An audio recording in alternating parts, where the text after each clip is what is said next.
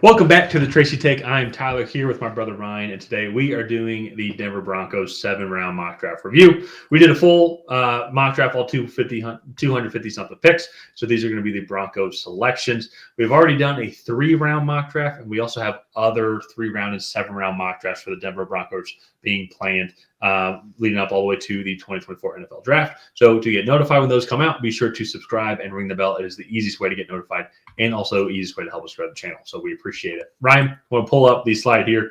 So quickly before we get into the pick, we wanted to include some context with all the picks. So you can see kind of a couple picks before and after the Broncos pick, and then even some other potential options as well of players that we don't want to include here, but we think they could take. And where they were selected. So we ended up going with Jared Verse here. And the more and more I do mock drafts, and even now kind of more and more, and you can see JJ McCarthy there as well. McCarthy, I think, kind of creeping up people's boards here and my board as well, is I think the Broncos could literally go in any direction. Like if it's offensive line, defensive line, linebacker, I mean, probably not linebacker this early, but still, cornerback, receiver, probably not running back, but it is like they could go running back. They can go in any direction here, and all those guys are going to be available here at 12. We ended up going with Jared Verse here. They could easily go maybe even quarterback if they wanted to. They could go offensive line and go Talise Fuaga as well. Maybe even go Jackson Powers Johnson if they want to try and beef up the interior. I mean, I think it's a testament to how good this draft class is that really any one of these picks and any of the players you see on the screen here, I think would be phenomenal selections for the Denver Broncos. Oh, yeah, for sure. And you kind of mentioned it. JJ McCarthy's creeping up a lot of people's boards. But the one thing that I think that they really lacked last year, they traded away Bradley Chubb to the Miami Dolphins. And you could really tell in that pass rush that they just really struggled to get after the passer. And so that was kind of our reasoning here with Jared Verse. Go get that elite edge rusher. And and hopefully this defense can catch up because they already have Patrick Surtain, Justin Simmons, and company. And so I think getting a guy like Jared Verse would really help solidify this defense, and then maybe a few of those closer games from last year fall their way. It doesn't sound like Russell Wilson's going to be back based off of how the year ended, but nothing has been made official yet. So I definitely think that QB could be in play. And again, I don't think JJ McCarthy is going to be there by their second pick, so it'll be really interesting to kind of see how they operate and maneuver the board here. So let's go ahead and move on to their next pick, which is in the 3rd round. This is actually where we have them addressing the quarterback position. Another guy besides JJ McCarthy that if they do decide to stray away from JJ McCarthy, I think Bo Nix would be a great fit as well. Yeah. To me, that Sean Payton system, Bo Nix makes great decisions. He has the arm strength to drive the ball down the field. While that's not his strength, he can do it. He can read defense as well, and he's a really good athlete as well. So getting a guy like that here at 76 who has the experience and the potential to come in and start for you very early on in his career, I think is very enticing for the Broncos and Sean Payton. Yeah, and in this scenario as well, we had Justin Fields being traded actually to the Steelers. And so yes, that video still hasn't come out yet. So there is a scenario, and this what I like about this pick as well is there is a scenario if Russell Wilson does stay and Sean Payton wants to try and develop Bo Nix, then that is a possibility. Like this is a possibility. You can go get this guy. I will say too, if I go look at the type of season that Russell Wilson had, where it was either check down or just throwing bombs, that was kind of Bo Nix's career, or I guess I would say this past season. He was either checking it down, hitting kind of pretty easy reads, or it's like, hey, he was going to go throw it up deep to Troy Franklin. And if that's the type of offense that Sean Payton wants to have, I don't think that is. But this is a guy that could come in and replace him pretty easily. So Bo Nix is starting to get farther and farther down my board. I think we kind of know what he's going to be able to provide. I don't think he has an X factor, so to say. Well, I look at a guy like JJ McCarthy, maybe he's piquing my interest enough, and we haven't seen enough of him yet to where it's like, but the throws that he does make, though, and how quick he is and his overall maneuverability, I think maybe I think his ceiling is going to be a lot higher than Bo Nix. I think Bo Nix is probably pretty close to his ceiling. I could be eating my words, if he becomes a Hall of Famer, but I just think he's there. I think he's going to be a good backup in the league at minimum. So I really like I really think that Bo Nix is a low end starter in the NFL right now. But like, at what point do you value low end starters? Because on some teams, a low end starter is a backup. On other teams, a low end starter gets you to 7-10.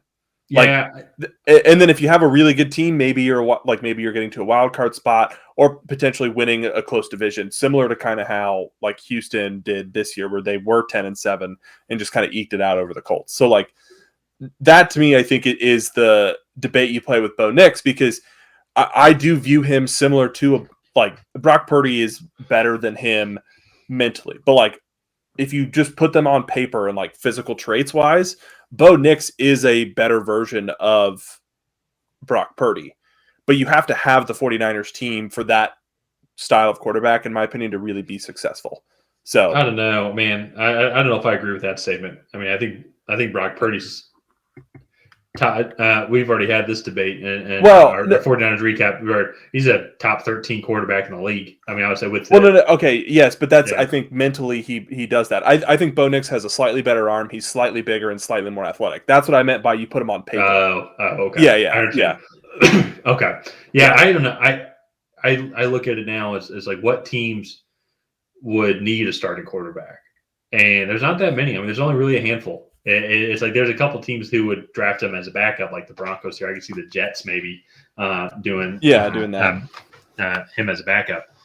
But if we're looking at teams for starters, unfortunately, my Falcons are definitely one of the teams, and so the Raiders, I think you can make an argument for. I think the Steelers, you can make an argument for. But like I can almost agree maybe like Bo Nix and Kenny Pickett maybe can kind of be on the same level. That's where I would say I could agree with that. I would argue that Bo Nix is a better prospect than Kenny Pickett, because Kenny Pickett was a little bit of a gunslinger, whereas I feel like Bo Nix we're going down a little bit of a rabbit hole here, but Bo Nix is more consistent, and I still think he has the same amount of downfield throwing ability as Kenny Pickett. Yeah. So also physically, again, I think Bo Nix is better.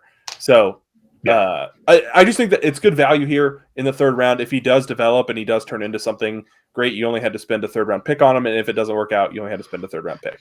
So let's move on though to the day 3 picks here.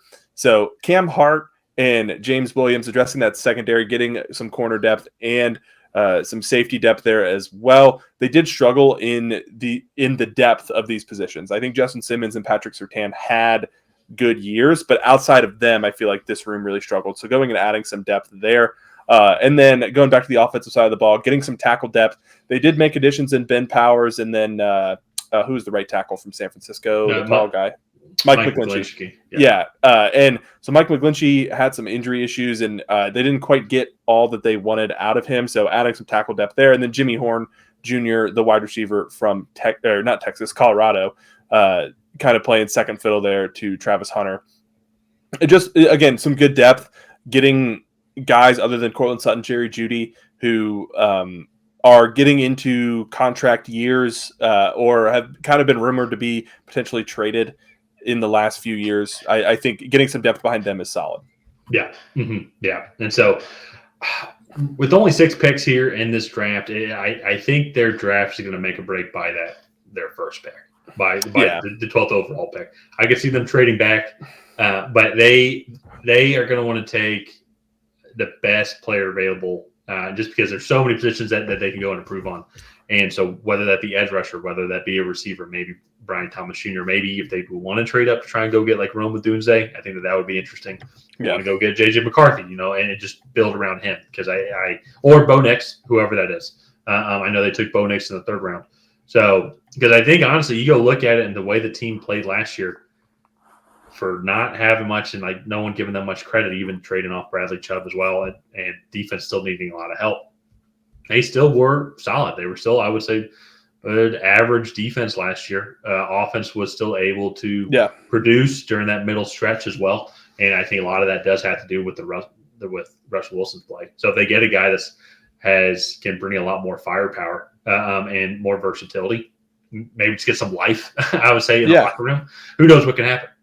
Yeah, no, I think Denver's a really interesting team because they have a Hall of Fame coach. They have talent at certain spots, And I really think they are a team that's ready to go and plug in a quarterback, but they're not really in striking distance to jump up and get one of those quarterbacks at the top of the draft. So they're kind of stuck in this like limbo in the middle of the draft. And so it'll be interesting to see what they end up doing here. So let's go ahead and wrap up this mock draft here.